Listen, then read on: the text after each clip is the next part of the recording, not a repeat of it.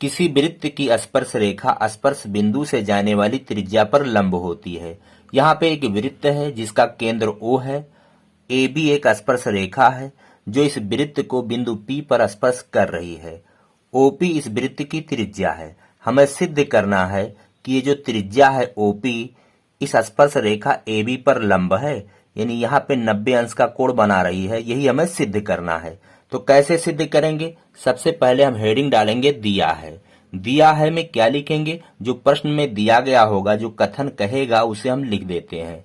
एक वृत्त जिसका केंद्र O है, स्पर्श रेखा AB है जो वृत्त को बिंदु P पर स्पर्श करती है। इतना बात हम लिख देंगे। उसके बाद में दूसरा हेडिंग डालेंगे सिद्ध करना है। हमें जो सिद्ध करना है उसे लिखेंगे। OP लंब है AB पर। ये OP जो है इस वाली रेखा पर लंब है, यहाँ पे 90 अंश का कोण बना रही है। यही हमें सिद्ध करना है।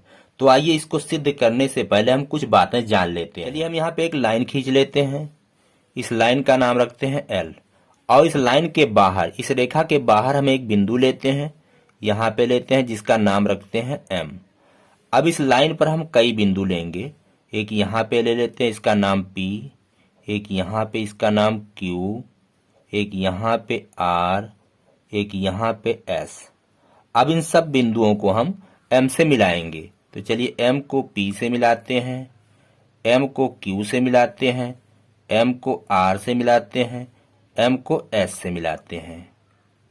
अब जब हमने मिला लिया तो हम क्या देखते हैं कि अगर M से हम सीधे ऐसे ला करके मिलाएं, सबसे छोटी वाली रेखा, इस बिंदु का नाम रख देते हैं T। ये जो छोटी रेखा है, ये जो लंब वाली रेखा है, वो सबसे छोटी होगी। तो यहाँ पे स्पष्ट है कि अगर कोई लाइन है, उसके बाहर कोई बिंदु है, तो उस बिंदु से लाइन को मिलाने वाली सभी रेखाओं में जो लंब रेखा होगी वो सबसे छोटी होगी। अब इसका उल्टा भी, जो सबसे छोटी होगी वो लंब होगी। इसी से हम इसको सिद्ध करेंगे। तो आइए इसको मिटा देते हैं, उसके बाद शुरू करते हैं। तो सबसे पहले हम इस स्पर्श रेखा पर एक बिंदु लेंगे। चलिए यहाँ पे हम एक बिंदु ले लेते हैं जिसका नाम रखते हैं M। M को O से मिलाएंगे। उसके बाद में यहाँ देखिए, यहाँ पे AB जो है ये एक रेखा है और बिंदु O इस रेखा के बाहर स्थित एक बिंदु है, और इस रेखा पर जितने भी बिंदु हम लेंगे उनमें सबसे छोटी जो होगी वही लंब होगी। अभी हमने आपको बताया है। तो हमें OP को सबसे छोटी रेखा सिद्ध कर देना है। बस ये सिद्ध हो जाएगा कि OP इस रेखा पर लंब है। तो आइए हम इसको रचना जो किए हैं उसको लिख लेते हैं। रचना में लिखेंगे, हमने जो रचना किया है उसको लिखेंगे। स्पर्श रेखा AB पर एक बिंदु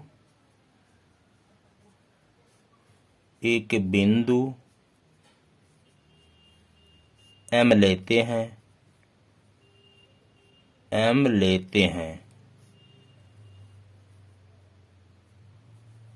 M को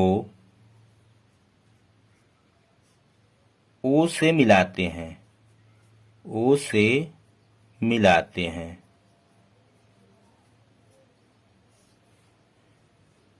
इतना काम हमें करना। तो चलिए हम O को M से मिला लेते हैं। यहाँ पर हमने O को M से मिला लिया है। अब अगला हेडिंग डालेंगे उपपत्ति।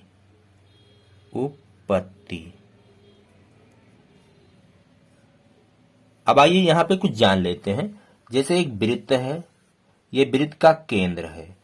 हम कोई बिंदु अगर ले लें तो वो या तो वृत्त पर स्थित होगा, या वृत्त के बाहर होगा, या वृत्त के अंदर होगा। 3 स्थितियां होती हैं। ये एक वृत्त है, अगर हम कोई बिंदु लें तो या तो हम वृत्त के बाहर लेंगे, या तो वृत्त पर लेंगे, या तो वृत्त के अंदर लेंगे। 3 स्थितियां होती हैं। अब जो बिंदु वृत्त के अंदर होगा वह त्रिज्या से छोटा होगा। ये दूरी देखिए, ये त्रिज्या से कम है। और जो वृत्त पर होगा वो त्रिज्या के बराबर होगा, और जो बिंदु वृत्त के बाहर होगा वो त्रिज्या से बड़ा होगा। 3 स्थितियां हैं। अब आइए यहाँ पे देखते हैं। यहाँ देखिए, जो OP है वो OM से छोटा है। OP छोटा है। क्यों? क्योंकि P जो बिंदु है वो वृत्त पर स्थित है, जबकि M जो बिंदु है वो वृत्त के बाहर स्थित है। तो यहाँ पे हम लिख सकते हैं कि OP ये छोटा है OM से। क्यों? यहां पे कारण देंगे, बिंदु M वृत्त के बाहर है, वृत्त के बाहर है और P वृत्त पर है, वृत्त पर है।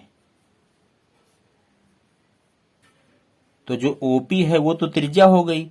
अगर कोई बिंदु वृत्त पर है और उसको केंद्र से मिलाएंगे तो वो दूरी क्या कहलाएगी? त्रिज्या कहलाएगी।